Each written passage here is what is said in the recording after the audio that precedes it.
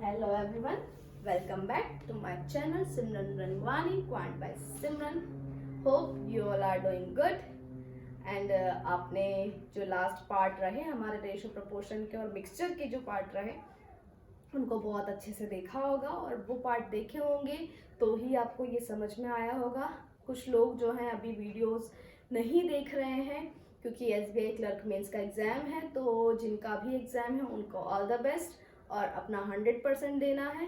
हाँ, मैंने आज वो एक वीडियो अपलोड किया था जिसमें मैंने कुछ चीज़ें बोली थी जो इम्पॉर्टेंट हैं, क्योंकि रियलिटी को साथ में लेकर चलेंगे तो ज़्यादा अच्छा रहेगा।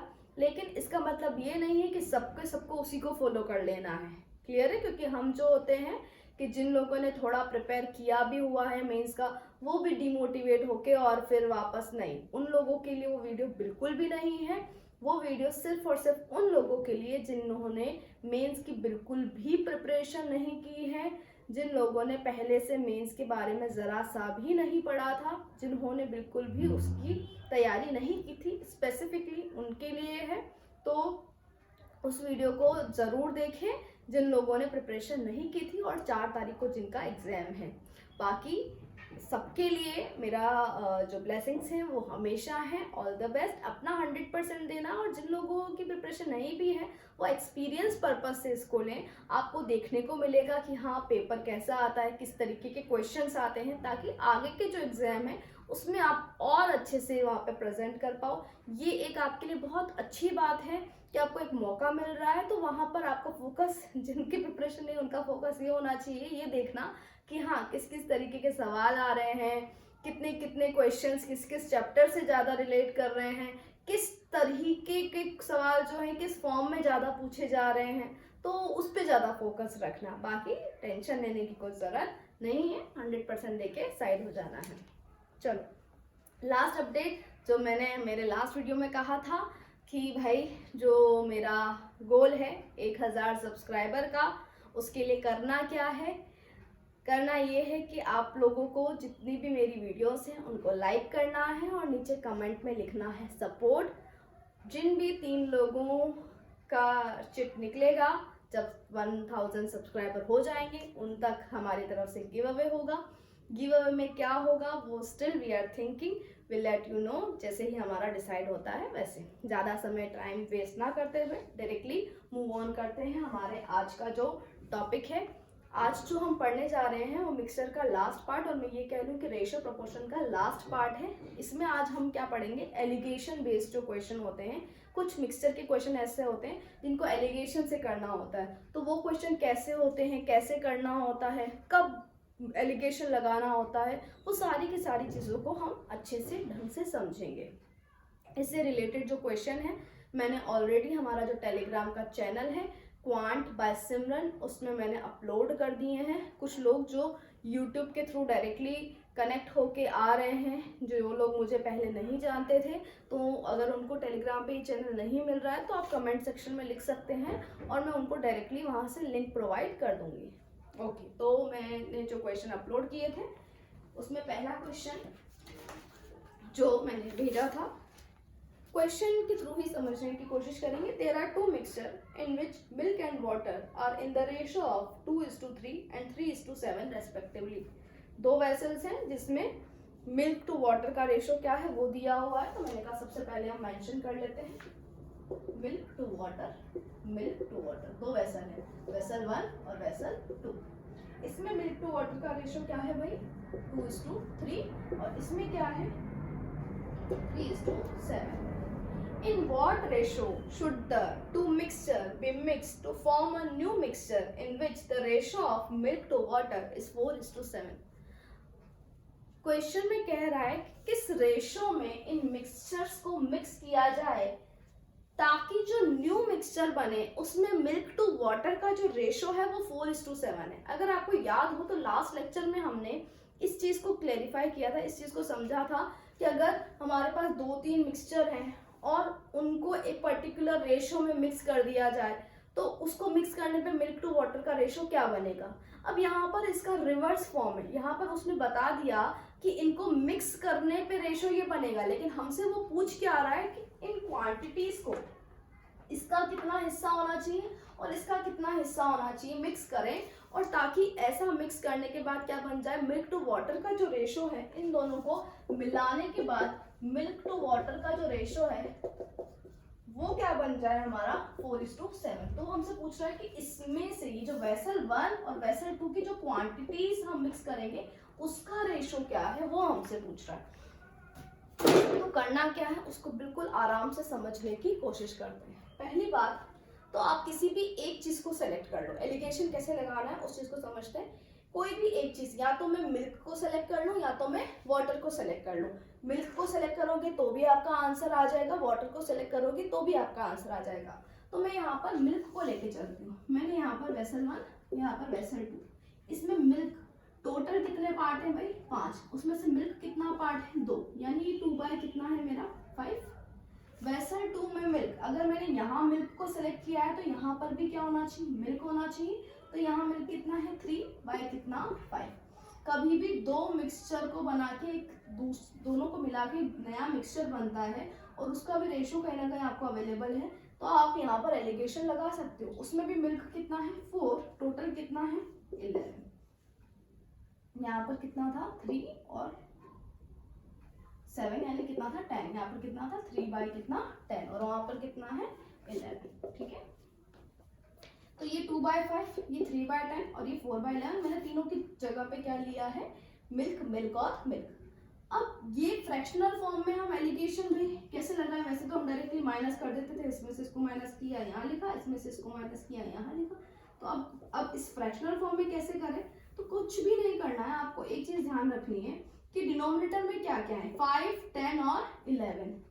जिसमें जो है उसको छोड़ के जो है ना उससे मल्टीप्लाई कर दो। जैसे यहाँ पर 5 है तो बचे क्या 10 और 11, तो मैं इसको किससे मल्टीप्लाई कर दूं, 10 और 11 से। नीचे किया है तो ऊपर भी करना पड़ेगा, तो इसको भी 10 और 11 से।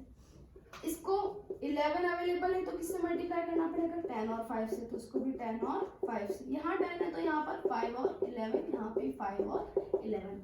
ऐसा करने पे क्या होगा, आपके डिनोमिनेटर सबके क्या हो जाएंगे, सेम। आप देख पा रहे होंगे तीनों में सेम टर्म है, 5, 10, 11, 5, 10, 11, 5, 10 और 11। अब मुझे इनके डिनोमिनेटर से कोई भी लेना देना नहीं है, मुझे मतलब है अब इनके सिर्फ और सिर्फ न्यूमरेटर से। तो मेरा वेसल 1 और वेसल 2, वेसल 1 में न्यूमरेटर क्या है, 2 इंटू 10 कितना हो जाएगा 20, 20 इंटू 11 हो जाएगा कितना 220, 3 इंटू 5 कितना 15, और 15 इंटू 11 होता है कितना 165, 4 इंटू 10 होता है 40, और इंटू 5 कर दोगे तो 20, यानी कितना आ जाएगा 200। अब मैं माइनस कर सकती हूँ, लेकिन आपको पता हो मैंने यहाँ बोला था कि जो लोअर क्वांटिटी है उसको यहाँ पर, और यहाँ पर किसको लिखना है, हायर क्वांटिटी को। तो मैं इनको एक्सचेंज कर दूं, लेकिन ध्यान रहे एक्सचेंज करने पे जो मेरा रेशो आएगा ना वो वेसल 2:1 का आएगा, लेकिन मुझसे पूछा क्या है 1 और 2 का। तो मैं इसको इधर लिख देती हूँ 165 को, लेकिन ये क्या हो जाएगा वेसल 2, यहाँ लिख दिया मैंने 220, ये कितना हो जाएगा वेसल 1। इसमें से इसको माइनस करेंगे कितना आएगा 20, इसमें से इसको माइनस करेंगे कितना आएगा, काट देंगे तो कितना आएगा 4, इसको कितना 7। लेकिन ये रेशो किसका है, वेसल 2:1 का। मुझे क्या पूछा है 1:2 का, तो चेंज कर देंगे, वेसल 1:2 का रेशो क्या हो जाएगा 7:4।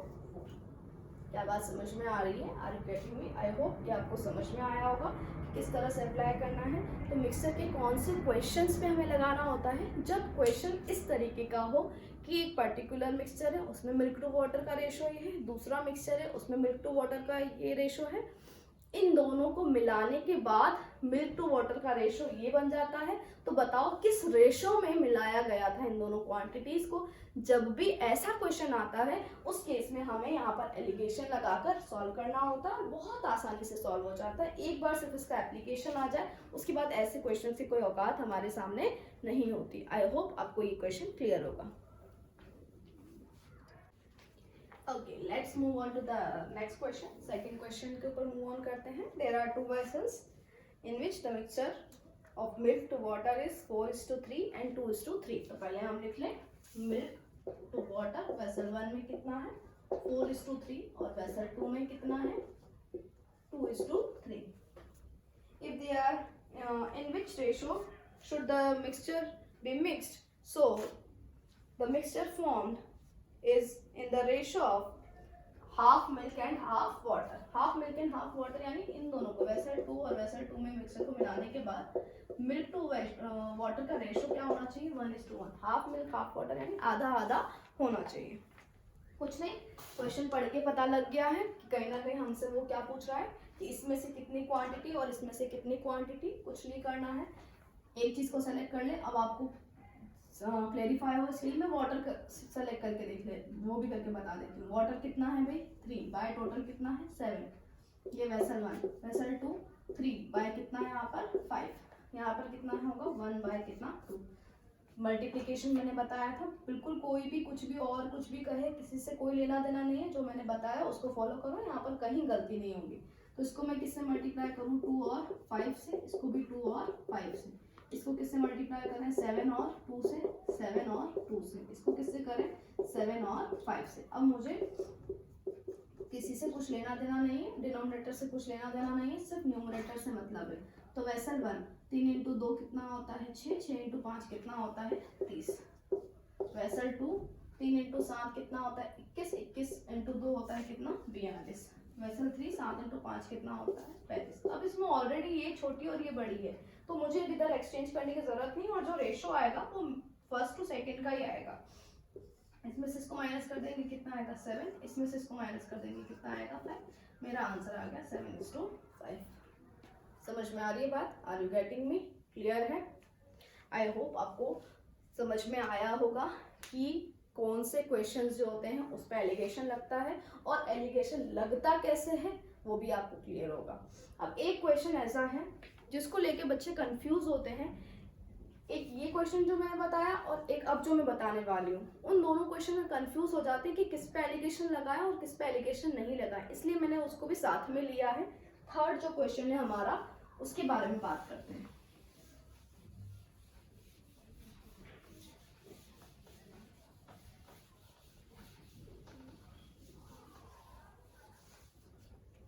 Question number 3. There are two vessels in which the milk to water is 1:3 and 3:5. पहला वाला जो वेसल है उसमें मिल्क टू वाटर का रेशो क्या दिया हुआ है 1:3। वेसल 2 में मिल्क टू वाटर का रेशो क्या दिया है 3:5। If both are mixed in the ratio of 3:2, ध्यान से सुने, इसमें इसने कह दिया है कि इन दोनों को किस रेशो में मिलाना है। इसमें से कितने हिस्से होने चाहिए 3, इसमें से कितने हिस्से होने चाहिए 2। If both are mixed in the ratio of 3:2, what is the ratio of milk and water in the new mixture? तो न्यू मिक्सचर जो बनेगा उसमें मिल्क टू वाटर का रेशो क्या है, हमसे ये पूछ रहा है। एक बात बताओ, अभी तक जो हमने क्वेश्चन किए उसमें क्या था कि हमें 2 मिक्सचर दे दिए थे, हमसे ये पूछ रहा था इन मिक्सचर को किस क्वांटिटी में किस रेशो में मिक्स किया जाए, ताकि जो मिल्क टू वाटर है उसका रेशो भी हमें बता दिया था। क्या बात समझ में आ रही? लेकिन इस क्वेश्चन में क्या बोला है, 2 मिक्सचर हैं जिसमें मिल्क टू वाटर का रेशो हमें दिया गया है, बोल दिया गया है कि इनको किस रेशो में मिक्स करना है 3:2 में ही मिक्स करना है, और मिक्स करने के बाद मिल्क टू वाटर का रेशो क्या होगा वो पूछा गया है। मुझे बताओ, क्या ये क्वेश्चन वो नहीं है जो मैंने आपको लास्ट लेक्चर में बताया था, केस 2 बताया था कि 3 वेसल्स हैं, 3 वेसल्स हैं, आइडेंटिकल वेसल हैं, सब में इक्वल क्वांटिटी है, वो वाला मिक्सचर भी बताया था। 3 वेसल हैं जिसमें अलग अलग क्वांटिटी है और उसको मिक्स करें, वो भी तो रेशो ही था, वो भी तो कहीं ना कहीं हमें यही बोल रहा था कि इन रेशो में मिलाओ। जब उसने मुझे बोल दिया था कि 3 वेसल है, वेसल 1, 2 और 3, उसमें जो मिल्क जो क्वांटिटी है वो रेशो में है 5:4:3, वही तो चीज है यहाँ पर भी, बस लैंग्वेज बदली है। मैंने बोला ना, कंसेप्ट क्लियर रखो। लैंग्वेज बदलने पे हमें उसके हिसाब से नहीं चलना, लैंग्वेज बदलने पे भी हमें पता होना चाहिए कि कंसेप्ट क्या चल रहा है। यही तो बात हुई ना कि एक बर्तन है जिसमें मिल्क और वाटर इस रेशो में और इसमें मिल्क टू वाटर इस रेशो में, इसमें से ये जो टैंक है और ये जो टैंक है उनकी जो क्वांटिटी है उसका रेशो ये है, तो बताओ इनको मिक्स करेंगे तो क्या बनेगा। ये वही तो क्वेश्चन है। तो इसको सॉल्व करने का तरीका तो मैंने आपको ऑलरेडी बता दिया है। मैंने आपको बताया था कि जो वेसल 1 है उसमें मिल्क टू वाटर का रेशो क्या है 1:3, वेसल 2 है उसमें क्या है 3:5। मैंने ये भी बोला था बर्तन 2 हो 3 हो 4 हो उससे कोई फर्क नहीं पड़ता है। मैंने आपसे ये कहा था पहले तो इन दोनों को जैसे इक्वलाइज करना, दोनों को बराबर करना होता है, कैसे कर लेते, 1 और 3 मिलके कितना होता है 4, 3 और 5 मिलके कितना होता है 8। इसको मैं किससे मल्टीप्लाई करूँ 2 से, 2 से मल्टीप्लाई करने पे क्या होगा इसको मैं 2 से मल्टीप्लाई कर दूंगी तो क्या होगा, वेसल 1 की बात करें तो हो जाएगा कितना 2 और कितना हो जाएगा 6। इसको तो मल्टीप्लाई करने की कोई जरूरत है ही नहीं।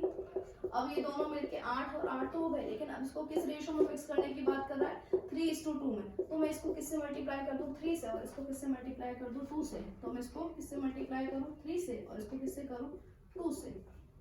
मल्टीप्लाई कर देते हैं। 2 × 3 कितना होता है 6, 3 × 6 कितना होता है मेरा 18, 2 × 3 कितना होता है मेरा 6, और 2 × 5 कितना होता है मेरा 10। बस इसका सम कर देंगे, कितना आएगा 12, इसका सम कर देंगे कितना आएगा 28। 4 से कट रहा है कितनी बार, 3 बार, और ये कट रहा है 7 बार, यानी मेरा आंसर क्या आया 3:7 मिल्क टू। ये क्वेश्चन मैंने साथ में इसलिए ही लिया क्योंकि इन 2 क्वेश्चन में ही कंफ्यूजन होता है बच्चे को कि कहाँ पर एलिगेशन लगाना है और कहाँ पर एलिगेशन नहीं लगाना है। आई होप मैंने आपको क्लेरिफाई करने की कोशिश की हो कि एलिगेशन कब लगाना है, जब 2 मिक्सचर हैं, उनका मिल्क टू वाटर का रेशो दिया है और उनको मिलाने के बाद मिल्क टू वाटर का रेशो क्या होगा वो भी दिया है। हमसे क्वेश्चन में पूछा गया है कि पहले वाले मिक्सचर में से कितनी क्वांटिटी और दूसरे वाले मिक्सचर में से कितनी क्वांटिटी ली जाए, उसका रेशो जब पूछे तब एलिगेशन लगता है। जब क्वेश्चन में हमें वेसल दे दे कि एक वेसल में मिल्क टू वाटर का रेशो ये है, दूसरे वेसल में मिल्क टू वाटर का रेशो ये है, इसमें से और इसमें से कितनी क्वांटिटी गई है उसका रेशो दे दे, और हमें जो मिक्स करने के बाद मिल्क टू वाटर का रेशो क्या बनेगा वो पूछे, उस केस में इस बेसिक तरीके से सवाल सॉल्व होता है। क्या बात समझ में आ रही है, are you getting me? I hope मैंने आपका ये जो कंसेप्ट है उसको क्लियर करने की पूरी ट्राई की है। आपको जितना भी आज मैंने पढ़ाया वो आपको समझ में आया होगा। अगर आपको नहीं भी समझ में आया है, मैं बार बार कहती हूँ उसको रिपीटेड फॉर्म में देखो, 100% आपको वो चीज़ समझ में आएगी। तो आज के लिए इतना ही। Thank you so much for watching my video. आप ज़्यादा से ज़्यादा वीडियो को लाइक करें, चैनल को सब्सक्राइब करें, आगे से आगे लोगों को शेयर करें ताकि मैं मोटिवेट होती रहूं और आपके सामने नए नए वीडियोस आते रहें। और आगे कौन सा चैप्टर के वीडियो चाहिए आपको वो भी आप जो टेलीग्राम का हमारा चैनल है क्वांट बाय सिमरन चैट, उस पर बता सकते हो ताकि फिर उस हिसाब से चीज़ें वर्कआउट की जाए। Thank you so much.